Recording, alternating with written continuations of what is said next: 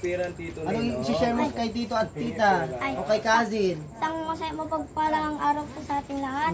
Nais ko pong pasalamatan ito sa Lord sa pamagitan po ng pagsasalita po Amen. ng magandang balita kung paano po tayo magkaroon ng kaligtasan, paano malilinis ang ating mga kasalanan, at paano po tayo magkaroon ng buhay na walang hanggan. Amen. Masasabi po sa Roma 6:23, sapagkat ang kamatayan ay kabayaran ng kasalanan, ngunit ang libreng kaloob ng Diyos ay buhay na walang hanggan Amen. sa pamagitan ni Kristo Jesus nating Amen. Panginoon. At masasabi rin po sa Roma 10:9, kung ipapayag na iyong bibig na si Jesus ay Panginoon at buong puso kang sumasampalataya na siya ay muling binuhay ng Diyos, maliligtas ka. Amen. Amen. Masasabi rin po sa 1:16, sapagkat yan na lang ang pag-ibig ni Diyos sa sangkatuan, kaya pinagkaloob niya ang kanyang bugtong na anak upang sinusumpalataya sa kanya ay hindi mapahamak bagkus magkaroon ng buhay na walang hanggan. Kaya ano pa pong hinihintay natin, magsisi at tumalikod na po tayo sa ating mga kasalanan. Amen. Ito yung matagal namin na pinagpipray na every time na merong gathering na ganito, ito yung pinagpipray ko talaga na lahat tayo, syempre, lahat naman tayo naniniwala na may Diyos, tama? Di ba? Naniniwala tayo. Kung tatanungin tayo, ano bang, saan ba natin gusto pumunta balang araw? O sa impyerno ba o sa langit? Siyempre lahat tayo pupunta ng langit. Pero alam ba natin kung paano pupunta? Diba? Pag gusto natin, alam daw ni Gwapo, paano? Sige po, anak. Dapat po maging mabait ka po. Tama, gumawa ng mabuti. Very good. Kasama mo siya doon. Ang galing. Dapat gumawa ng mabuti sa kapwa. Pero ang sabi ng Bible, 'di ba, sabi ni Matthew, Roma 6:23, sapagkat ang kabayaran ng kasalanan ay kamatayan. MJ pala. Lahat tayo nakakagawa ng mabuti, tama?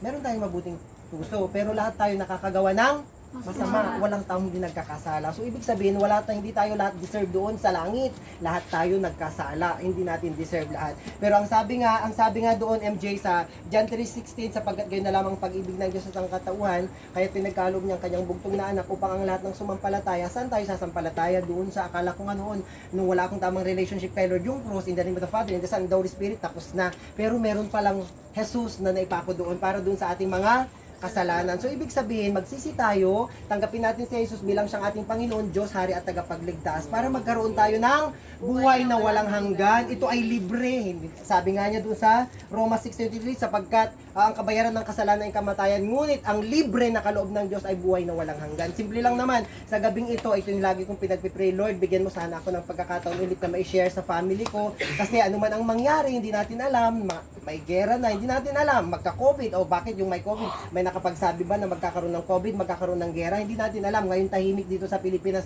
hindi natin alam, balang araw, China na, o ang, 'di ba? Hindi natin alam pwedeng mangyari, pero biblically talaga magkakaroon ng gera, kagutuman, matinding sakit, karamdaman. Pero ganun pa man, at least ano man ang mangyari, magkaroon na tayo ng tamang relationship kay Lord.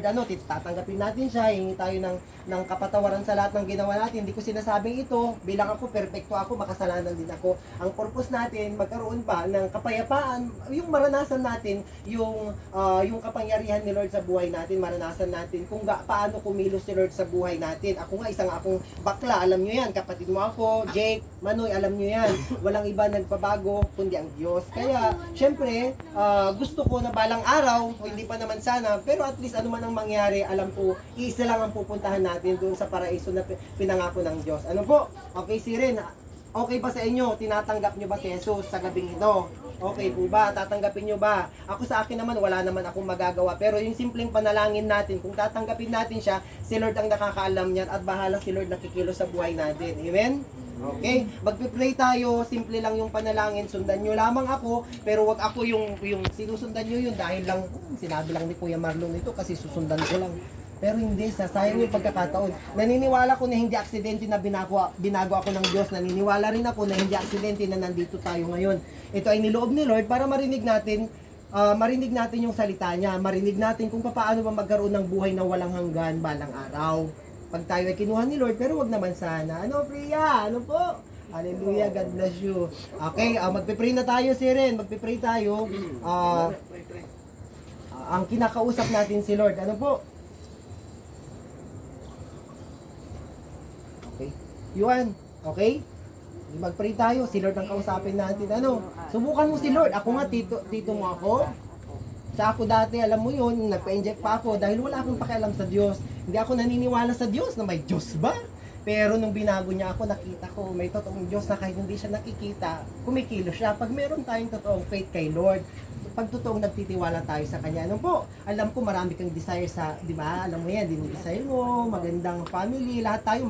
Marami rin akong hinanakit sa buhay, pero pag sinuko natin kay Lord, gagawa siya ng way para makita natin kung bakit nangyayari ang lahat ng bagay. Para magtiwala tayo sa Kanya. Ano po? Okay, magpipray na tayo. Sundan nyo lamang yung prayer. Tapos ang kinakausap natin si Lord. Panginoong Hesus, huwag kayong mahiya. Panginoong Hesus, Panginoong sa oras Hesus, na ito, sa oras na ito, ako ay nagpapakumbaba, ako po ay nagpapakumbaba, humihingi ng kapatawaran humihingi ng sa lahat ng pakatawaran aking nagawang sa kasalanan, lahat ng mga simula ng aking kasalanan, pagkabata, simula sa aking hanggang ngayong pagkabata, kasalukuyan. hanggang ngayon sa Panginoong Hesus, kalisukuan. Panginoong Hesus, Patawarin mo ako patawarin niyo at po ako, pakalinisin mo pakalinisin ang niyo po aking buhay. ang aking buhay. Panginoong Hesus, Panginoong Hesus, sa araw na ito, sa araw na sa ito gabing po, ito, sa gabing ito po, tinatanggap kita, tinatanggap po kita, kinikilala kita kinikilala po bilang kita, ikaw, bilang ikaw, ang aking Panginoon, Panginoon, Diyos, Diyos, Hari at tagapagligtas ng aking buhay. Panginoong Yesus, Panginoong Hesus, sa gabing ito, sa gabing ito, binubuksan ko po binubuksan ang ko po aking puso, ang aking puso, pumasok ka, pumasok ka, at simula ngayon, simula ngayon, pangunahan mo na po pangunahan niyo na po ang aking buhay. ang aking Panginoong buhay. Yesus, Panginoong Hesus, sa gabing ito, sa gabing hindi ito, ko kayang mabuhay hindi ko kayang mabuhay kung wala ka. kung wala ka. Samahan mo po ako, Samahan niyo po ako at naway makita ko ang iyong kalwalhatian ang iyong kalwalhatian sa aking buhay. sa aking buhay. Panginoong Yesus, Panginoong Hesus, sa araw na ito, sa araw na ito, isulat mo po ang aking pangalan ang aking sa pangalan aklat ng buhay. sa aklat ng buhay. Sa gabing ito, Sa gabing ito, tinatanggap ko po tinatanggap ko ang po buhay na walang hanggan. ang buhay na walang hanggan. Salamat Panginoon. Salamat po. Ito ang aming panalangin, Ama, Ito ang aming panalangin. sa pangalan ni Jesus. Sa pangalan ni Jesus. Ang lahat ang magsabi ng Amen! Palakpakan natin yung sarili natin. Congratulations sa lahat. Okay, mag-pray na ako. Mag-pray na natin si Lola. Hallelujah, aming Diyos na pinaglilingkuran makapangyarihan sa lahat. Salamat, Panginoon. Naniniwala ako, Panginoon, na hindi aksidente, Panginoon. Nilobo ang lahat ng bagay, Panginoon. Lord, marami kaming pagkukulang sa iyo. Ikaw ang nakakakilala ng bawat isa sa amin, Panginoon. Alam mo ang bawat kahinaan ng bawat isa sa amin. Pero salamat, O Lord, sa kabila, Panginoon, na hindi namin pagkakasundo magkakapatid. Pero salamat, binigyan mo kami ng pagkakataon, Panginoon, para i-celebrate ang birthday ni Mama. Panginoon, dalangin ko, Panginoon, na ano man ang pagkukulang ng bawat isa sa amin, hindi kami sabay-sabay nagkasama na lumukid ang ating mga kapatid. Pero Lord, pagbuklodin mo kami, sabi mo sa iyong mga salita, Matthew 19:26, na walang bagay na walang hirap sa iyo. May kanya-kanya kami, Panginoon, na pananaw sa buhay. May kanya-kanya kami, Panginoon. Pero Lord, tulungan mo kami na magkaisa. Paasensuhin mo ang bawat buhay ng bawat isa sa amin, Panginoon, at hindi yung kahinaan namin, Panginoon. Dalangin ko, Panginoon, tulungan mo kami na magmahalan, magunawaan, ang walang pagkukulang ng bawat isa sa bawat isa sa amin. Lord, salamat sa pagkakataon na ito, Panginoon, lang ibang Diyos, Panginoon, na gumawa ng lahat ng ito kundi ikaw. Lord, dalangin namin, Panginoon, sa araw na ito, Panginoon, na patuloy mong gabayan si Mama Merna, pahabain mo pang kanyang buhay para makasama ka namin siya, Panginoon, gamitin mo siya upang mapagbuklod, Panginoon, kami mga magkakapatid, bilang kami, Panginoon, nung simula pa lang, mga bata pa lang kami, hindi na kami nagkasama-sama ng maayos. Lord, walang imposible sa'yo.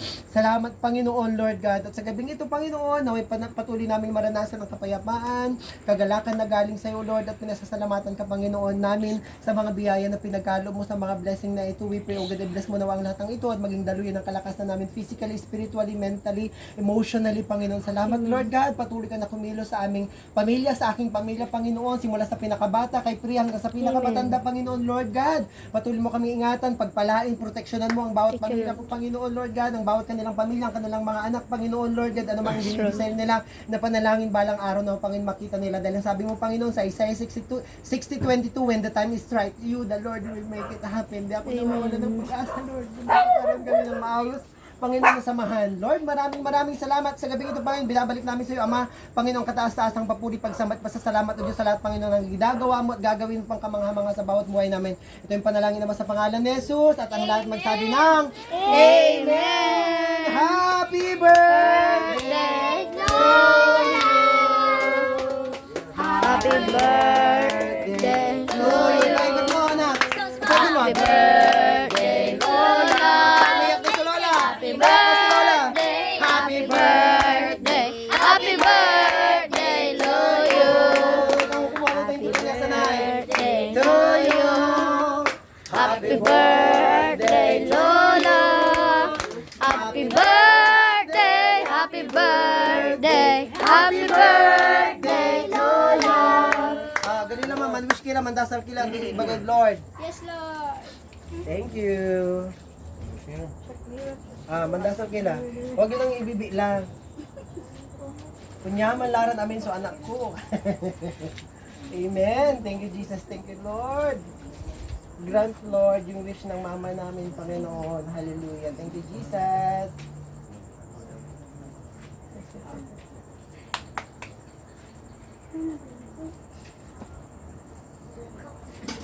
Ay, ang haba na yan, ma.